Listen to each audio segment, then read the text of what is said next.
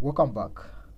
In the previous meeting, we learned how to build our own custom dataset in PyTorch. In this meeting, we are going to learn how to use the data loader to wrap an iterable around our dataset. Hello, my name is Juma Shafara from Data Idea, and my duty is to bring programming materials closer to you so you can build your dream projects sooner. If that is interesting, we'll just jump right in and then get started. So in the previous meeting, we learned that the dataset class helps us retrieve our dataset's features and labels one sample at a time. While training a model, we typically want to pass samples in what is called mini batches. Mini batches are just a certain number of samples at a given time. Other times, we also want to reshuffle our data. This can help us reduce overfitting. So to do this, we need to use a DataLoader class. So the DataLoader is an iterable that just abstracts this complexity for us in an easy API that PyTorch has provided. So let's just jump in right now and we see how we can use our DataLoader. So to get started, I'm just gonna also import the DataLoader from torch.utils.data, and I'm gonna import the data loader. Okay, I'm just gonna run this,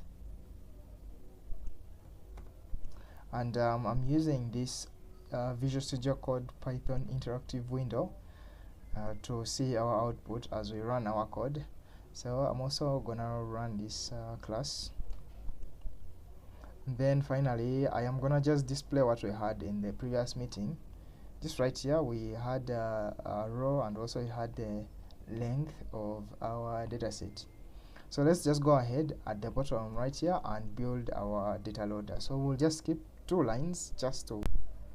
So we shall just create our data loader as let's just say Boston data loader. And this is gonna be equal to, it's gonna be an object from our data loader class, which we just imported right up here, right here. And when we use this, we want to pass in some parameters or arguments, and the first one is the dataset. So dataset can be, for this case, is the Boston dataset, and then we can pass in a bunch of optional parameters or arguments which may be useful. One is the batch size. So the batch size will just help us specify the number of samples in each batch, and this can be 5 for the sake of this demonstration. And then we can also finally pass in we can pass in shuffle. So shuffle will just help, determine whether or not the samples be shuffled.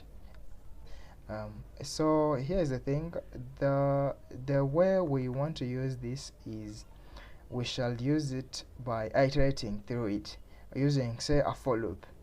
So we just want to pick 3 things. We want to pick the batch, we want to pick X, and then we want to pick Y. So we're just gonna say batch, maybe for batch number, and then we want to pick X, and then we want to pick Y, which X is our feature set and then Y is our outcome in the data loader. So we shall just use enumerate to pick out the number of the current iteration. So we shall just do data, our data loader. So it's called the Boston data loader, like that. So for now, what we just want to do is we want to print out this info. So let's just print out, let's begin by printing the batch number. So let's just say this batch is equal, batch is gonna be batch number, like that.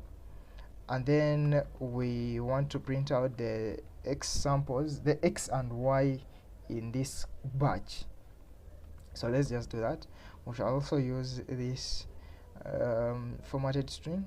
Okay, so let's just set data. Okay, data is just sufficient, and this is gonna be X, and then we shall also print out, also using a formatted string, the labels y, the outcome. And yeah, this is good for now. So I'm just gonna run again. I'm using the interactive window in Visual Studio Code. So I'm just gonna select all this at once, and then I'm gonna run with Shift Enter, and then we'll see what we have. So I'm just gonna increase this. So here is our output, and for batch 0 we have all this data for the feature set X, and then we have this data for the labels. Okay, really simple like that. And then we have the batch for batch 1, this data, and then the labels, and so on and so forth until batch 101. Okay, now in the next video I am gonna demonstrate how we can use the data loader in a train loop for training our model.